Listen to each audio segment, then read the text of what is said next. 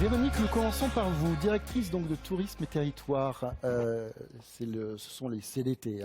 Sous votre impulsion, donc, d'abord les OT, les CDT, les CRT ont réussi ce tour de force qui permet à 80 systèmes d'information touristique qui existaient à l'époque, en 2013, de s'entendre pour créer une homogénéité, on en parlait tout à l'heure, nationale, avec la mutualisation des données, mais aussi la mutualisation des technologies. Quelle a été à l'époque, donc 2013 déjà, quel avait été votre constat? C'est ce que vous disiez en introduction. Le constat, c'est qu'on voyait bien en 2013 qu'il y avait un enjeu sur la data et qu'arrivaient dans l'écosystème touristique des privés qui utilisaient la data, que nous-mêmes, donc quand je dis nous, c'est l'ensemble des organismes institutionnels qui étaient engagés sur l'information touristique, détenaient dans leur site d'information touristique une richesse. Donc très vite, on s'est dit, finalement, cette richesse, on pourrait la partager. On commençait à entendre parler d'open data. On s'est dit, bah oui, mais il y a 80 systèmes qui sont aujourd'hui utilisés pour saisir ces données. Et donc, comment est-ce qu'on va faire pour créer cette plateforme unique? Donc on s'est dit, bah, on va travailler sur un format unique de sortie. Et c'est comme ça qu'on a travaillé à une ontologie et qu'on est allé voir la DGE qui nous a dit, ça peut nous intéresser. Qu'est-ce qu'à l'époque vous imaginiez comme enjeu? Finalement, l'enjeu, c'est de se dire, plus la donnée, elle est diffusée, ça a été dit à plusieurs reprises aujourd'hui, plus finalement, il y a des clients qui vont consommer sur le territoire. Donc finalement, on est vraiment dans le cercle donc un enjeu commercial, puis un enjeu de maîtrise. Et un enjeu de territoire aussi, puisque notre objectif à nous, territoire, c'est bien effectivement, si on fait de la collecte de la donnée, c'est pour qu'elle soit visible le plus largement possible et qu'un client, il consomme sur le territoire. Donc finalement, cette plateforme et cet enjeu d'unifier toutes ces données sur une plateforme, il était de simplifier la réutilisation, mettre à disposition ces données pour des startups françaises, finalement, ben, ça leur donnait la chance peut-être d'être dans le paysage, puisque connecter 80 systèmes, c'est lourd, c'est long et c'est juste impossible.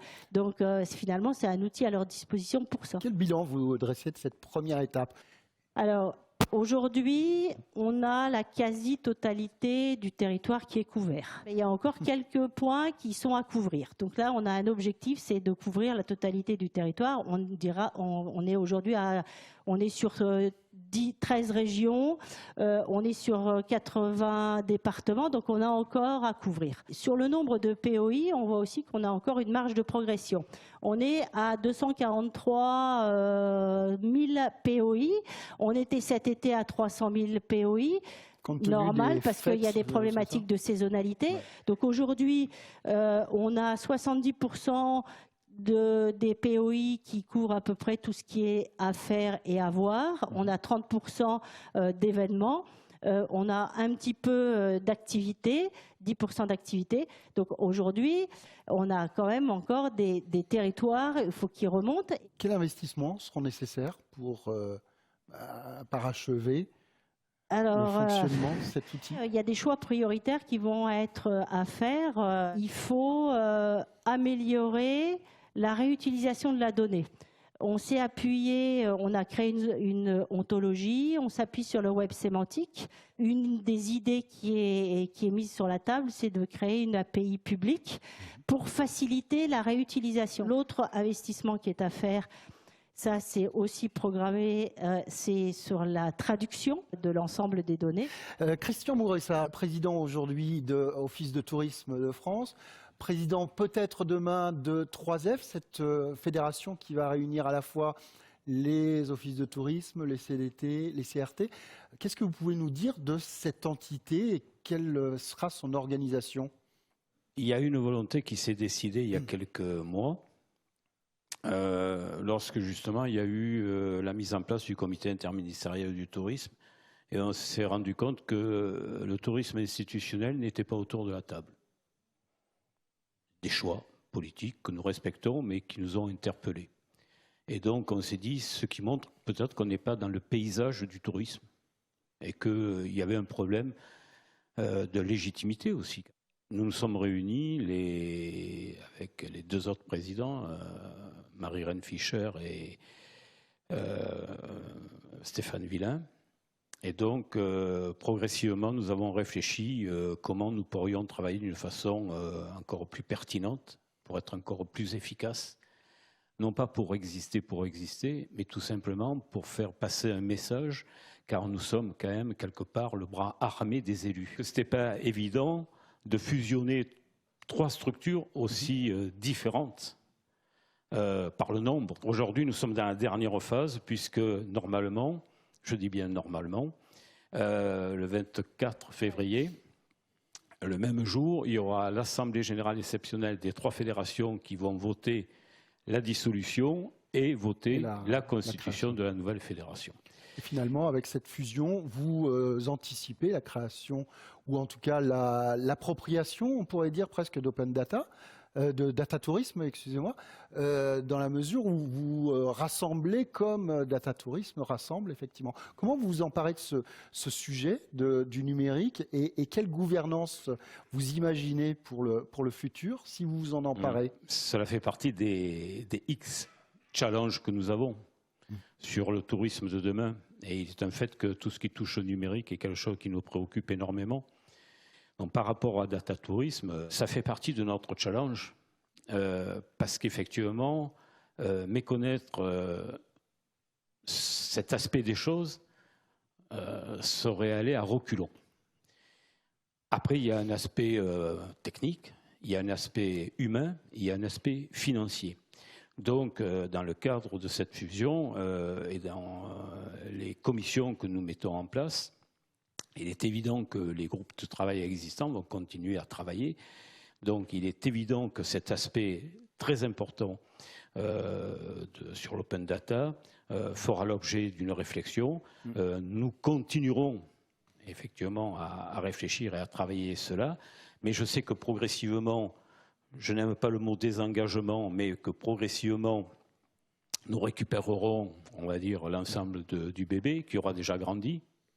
Donc, on aura passé les années les plus difficiles, j'espère, dans son fonctionnement, et que dans l'accompagnement que nous serons à même de faire, nous aurons à la fois cette ambition, mais je souhaite quand même que les partenaires d'aujourd'hui soient toujours à nos côtés d'une manière ou d'une autre. Vous parlez de financement, les banquiers, eux, parlent d'investissement plutôt et de business model.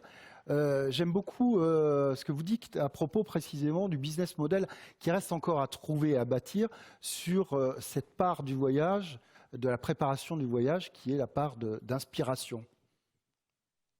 Bonjour, juste pour introduire un petit peu la raison pour laquelle vous m'avez gentiment invité ici, c'est que le fait est que la Caisse des dépôts a accompagné un petit peu avec de la réflexion et un petit peu de contribution aussi à ce travail. Le regard que je peux commenter sur ce sujet, c'est le regard que je porte moi à la Caisse des dépôts, c'est-à-dire le regard de la direction de l'investissement, et qui est un regard effectivement qui se focalise un petit peu sur ces questions économiques. Pourquoi ? Parce que le sujet, on l'a dit et répété depuis ce matin, donc tout le monde le sait maintenant, on est sur une obligation légale, on est sur une plateforme d'open data qui abolit certains types de propriétés sur la donnée et qui donne accès effectivement à des utilisateurs. Donc de ce fait, on a des modèles économiques classiques qui ne fonctionnent plus sur cette donnée, puisqu'on ne peut plus parler de propriété. Quand vous dites classique, c'est rémunérateur. Exactement. Donc on est obligé de s'interroger sur la façon d'investir dans cet écosystème, ou je devrais plutôt dire autour de cet écosystème.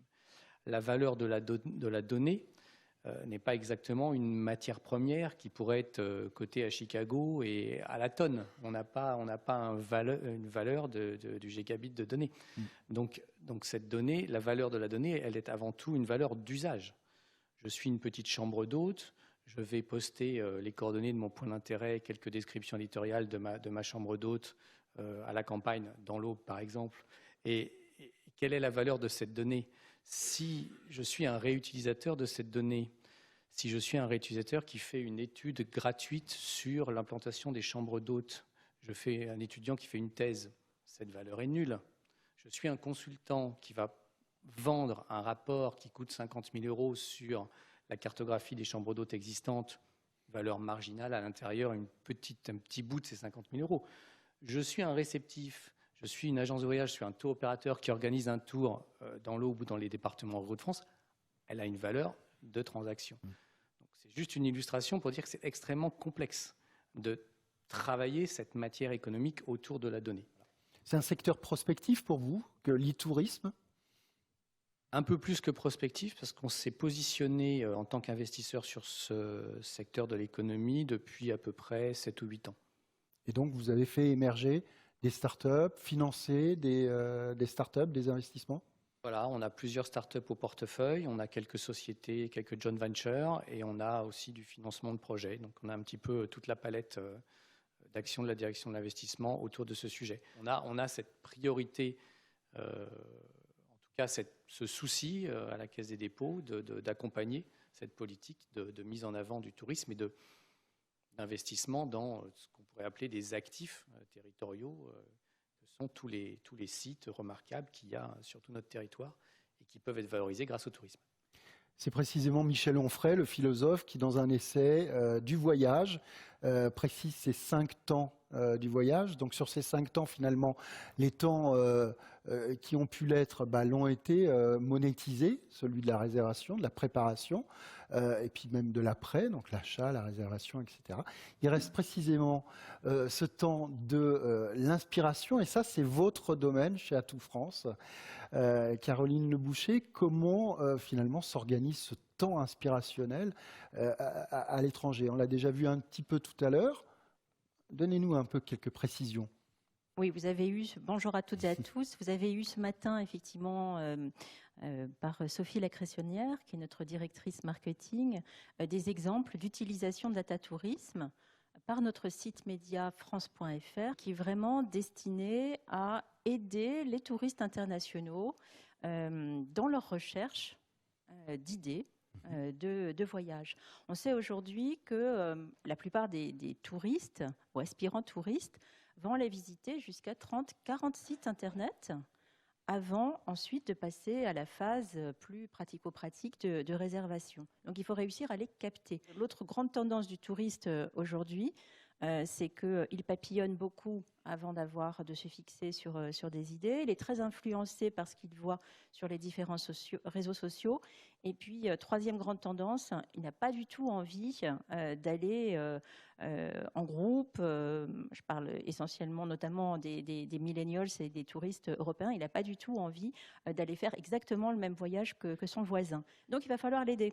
Et en cela, je salue vraiment l'initiative de Data Tourisme. Je sais que nous avons 2 de ces maires ici sur la table ronde, parce que ça va nous permettre justement d'aller puiser cette information au cœur des territoires et de faire le lien avec la distribution à l'international, d'une part, et puis ensuite avec le touriste international. C'est quand même 90 millions de touristes internationaux aujourd'hui en France, et vous le savez tous, nous sommes première destination touristique internationale. Ça fait du bien de se le rappeler quand même aussi.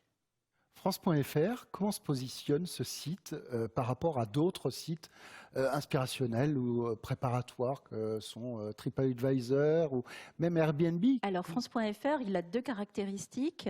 Un, il a notre caution institutionnelle puisque nous sommes l'Agence nationale de développement touristique, en lien avec les acteurs institutionnels dans les territoires. C'est très important parce qu'ils ont cette connaissance fine de l'offre touristique, et puis avec les acteurs privés.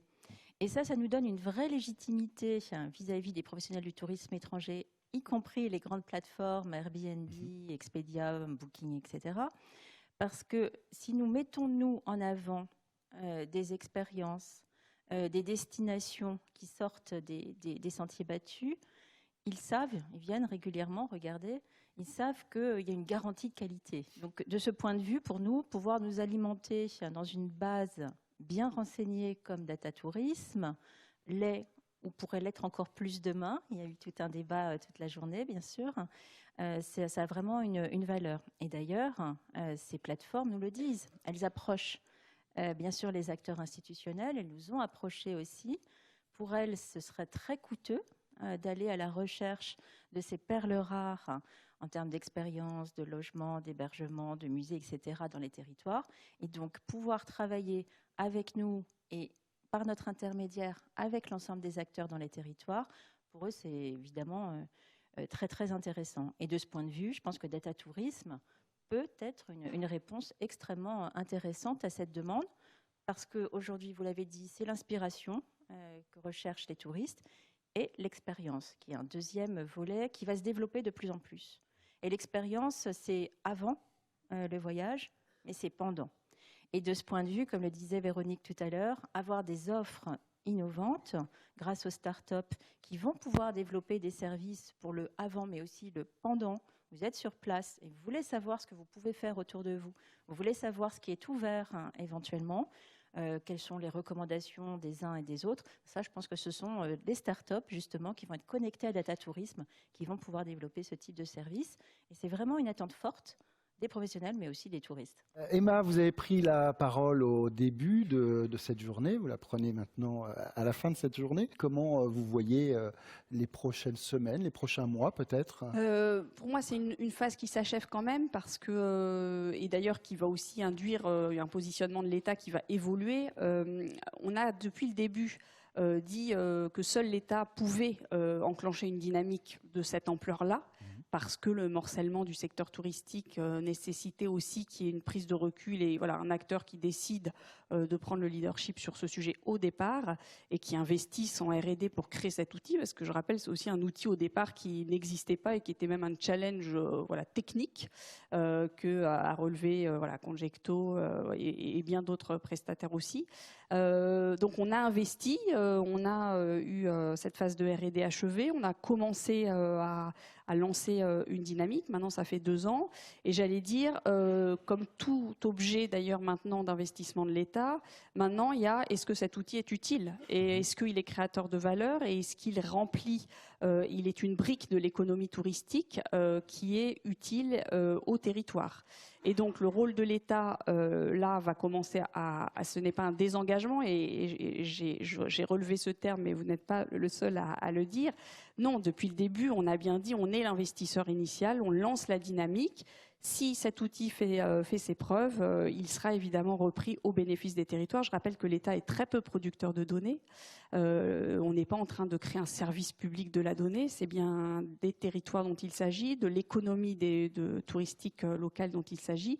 Pour autant, l'État a une vision agrégée, a des outils avec Atout France qui développe tout un ensemble de prestations, et donc évidemment on est un acteur et on ne va absolument pas se désengager intellectuellement et puis pratiquement du sujet. Pour autant, on est aussi à un moment où la maturité des territoires va nous dire si aujourd'hui l'ensemble des collectivités est prête à poursuivre la dynamique qui a été enclenchée, et si cet investissement va se concrétiser pour la suite. Et c'est une réflexion, d'ailleurs il n'y a pas de réponse aujourd'hui encore, on est vraiment dans une réflexion. Alors nous, bien sûr, toute l'année 2020, on continue à financer comme on l'a financé depuis le fonctionnement. On est dans du fonctionnement depuis 2017, et ce qui va permettre d'enclencher et de réaliser toute une série d'investissements prévus d'ores et déjà pour améliorer et la qualité, etc. Et ce collectif va continuer tout 2020. Et puis voilà, c'est une année où on va se poser la question de la suite, parce que ce n'est pas un outil de l'État qui va être continué, dont le fonctionnement va être assuré par l'État ad vitam aeternam, parce que voilà, c'est aussi un passage de relais qu'on souhaite impulser. Vous imaginez des nouveaux services, et on a vu des gens nous parler de ces nouveaux services, comme l'assistant virtuel de Brittany Ferry. Comment vous voyez ces perspectives de valorisation? Je pense qu'elles sont infinies en fait, et qu'elles sont d'ailleurs ce qui va faire qu'on va rester une destination innovante, non prévisible. Pour autant, notre rôle, c'est qu'on fournisse de la donnée qualitative, parce que sinon ça ne marchera pas. Et on a vu l'enjeu en fait technique de donner une profondeur de champ et en même temps une donnée parfaitement authentique, authentifiée. Donc ça, c'est un peu le job de Data Tourisme, de s'assurer qu'il y a ça. Il va falloir qu'on s'y attelle, parce que sinon ça bridera en fait la créativité. Et puis c'est aussi la facilité d'utilisation, c'est-à-dire quelle interface on met pour que ces données soient facilement intégrables dans les systèmes d'information des entreprises. Et puis aussi, c'est quelle diversité, les langues, c'est un vrai sujet, c'est-à-dire que si on reste dans du franco-français, voire un petit peu anglais, on loupe tout un ensemble de services qui peuvent être développés par d'autres prestataires pour des publics plus variés que juste des Français. Donc on a cet enjeu pour qu'on soit sûr nous-mêmes qu'on ait mis toutes les chances de notre côté pour que vraiment la créativité qui est réelle dans notre secteur. Je veux dire, on manque pas de start-up, on manque pas d'idées, mais ne se heurte pas à des freins techniques ou des freins parce qu'on n'a pas fait les investissements nécessaires et que on ne puisse dire que Data Tourisme ne répond pas complètement aux besoins des entreprises. Faisons un peu de prospective pour finir cette séquence. Quel type de données auront besoin les opérateurs demain ? Déjà, dans les données qu'on a prévues, on n'en est pas tous au même niveau, c'est-à-dire qu'il y a des territoires qui donnent beaucoup, des territoires qui donnent moins, des territoires qui donnent pas du tout. Donc, on a commencé par un petit nombre de types de données. Même ça, je pense qu'il y a encore du chemin à faire, et dans les mentalités et dans la pratique de déversement des données. Après, il y a le sujet...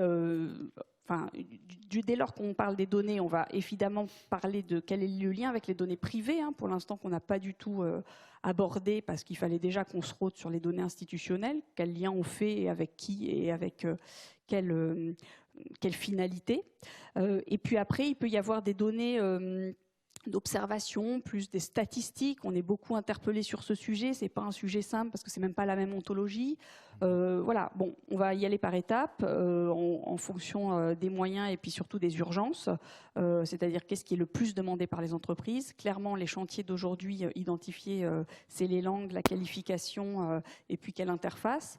Mais après, voilà, on a 10 ans de travail devant nous si on veut. Enfin voilà, je pense qu'on est loin d'avoir épuisé les fonctionnalités qu'on peut demander à cette plateforme, qui n'est encore qu'une brique. Et donc cette brique, évidemment, on peut envisager dans les années futures qu'elle soit une brique d'autres systèmes. C'est une réflexion qui maintenant prend une ampleur assez importante. Nous, on a traité un bout du sujet de la donnée touristique. Il en existe d'autres. Donc voilà, c'est une brique qui peut aussi être amenée à travailler avec d'autres briques, d'autres collègues, mais en même temps, toujours en gardant à l'esprit que qu'il faut qu'il y ait un certain standard pour que on apparie des données qui soient de même qualité.